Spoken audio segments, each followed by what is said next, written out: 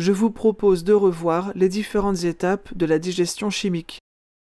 Je vous rappelle que la digestion désigne l'ensemble des phénomènes mécaniques et chimiques qui permettent la simplification des macromolécules contenues dans les aliments en molécules simples appelées nutriments. Les nutriments sont des molécules capables de traverser l'épithélium intestinal pour passer dans le sang ou la lymphe lors d'un phénomène appelé absorption.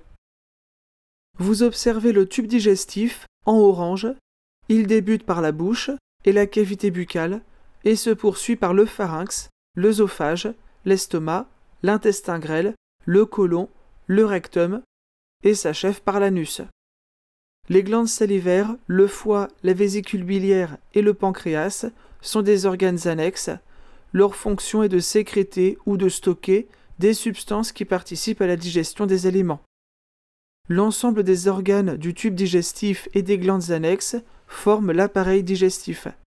Le rectangle orange qui apparaît est un agrandissement de la lumière du tube digestif. Les glandes salivaires produisent la salive qui est déversée dans la cavité buccale.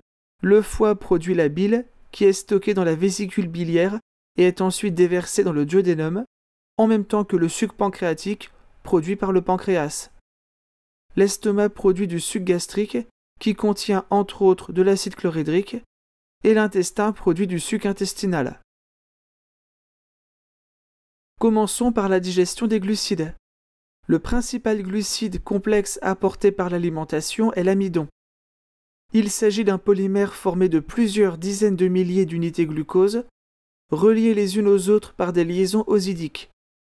La digestion de l'amidon débute dans la bouche, au cours de la mastication, lorsque l'aliment est mélangé à la salive. En effet, la salive contient une enzyme, l'amylase salivaire, qui hydrolyse l'amidon en dextrine et en maltose.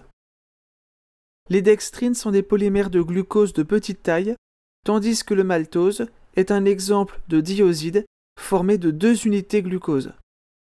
Les dextrines et le maltose transitent par l'œsophage et l'estomac, puis atteignent la première portion de l'intestin grêle, appelée duodénum. La digestion de l'amidon se poursuit grâce à l'amylase pancréatique, produite par le pancréas, et contenue dans le suc pancréatique. Cette enzyme hydrolyse les dextrines en maltose.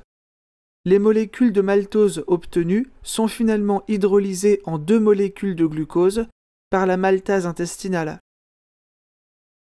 L'alimentation apporte également des diosides tels que le saccharose et le lactose. Ces 2 glucides simples transitent jusqu'à l'intestin grêle. Le lactose est hydrolysé par la lactase en glucose et galactose, et le saccharose est hydrolysé par la saccharase en glucose et fructose. Tout comme la maltase, ces 2 enzymes sont associées à la bordure en brosse des entérocytes de la muqueuse intestinale. Les os obtenus après digestion de ces glucides sont hydrosolubles et sont donc absorbés par voie sanguine. À présent, intéressons-nous à la digestion des protides. Les protides sont des assemblages d'acides aminés reliés par des liaisons peptidiques. Selon le nombre d'acides aminés qui s'enchaînent, nous distinguons les protéines, formées de plus de 100 acides aminés, les polypeptides, formés de 11 à 100 acides aminés, et les oligopeptides, formés de moins de 10 acides aminés. La digestion des protides débute dans l'estomac, sous l'effet de la protéase gastrique, appelée pepsine, et activée en milieu acide. Les polypeptides obtenus sont hydrolysés en oligopeptides par les protéases pancréatiques, appelées trypsine et chymotrypsine. Enfin, les oligopeptides sont hydrolysés en acides aminés par la peptidase intestinale. Elle est située au niveau de la bordure en brosse des entérocytes. Les acides aminés obtenus après digestion des protides sont tous absorbés par voie sanguine.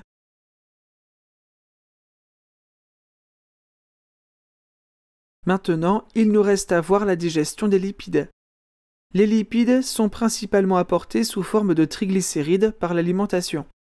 Ce sont des molécules formées par l'association d'un glycérol et de 3 acides gras. Les lipides sont insolubles dans l'eau et vont former des gouttes graisseuses. L'enzyme qui hydrolyse les lipides s'appelle la lipase. Elle est produite par le pancréas. Cette enzyme ne peut hydrolyser que les lipides situés à la surface de la goutte graisseuse. En effet, Elle est hydrosoluble et ne peut donc pas atteindre les lipides situés à l'intérieur de la goutte graisseuse.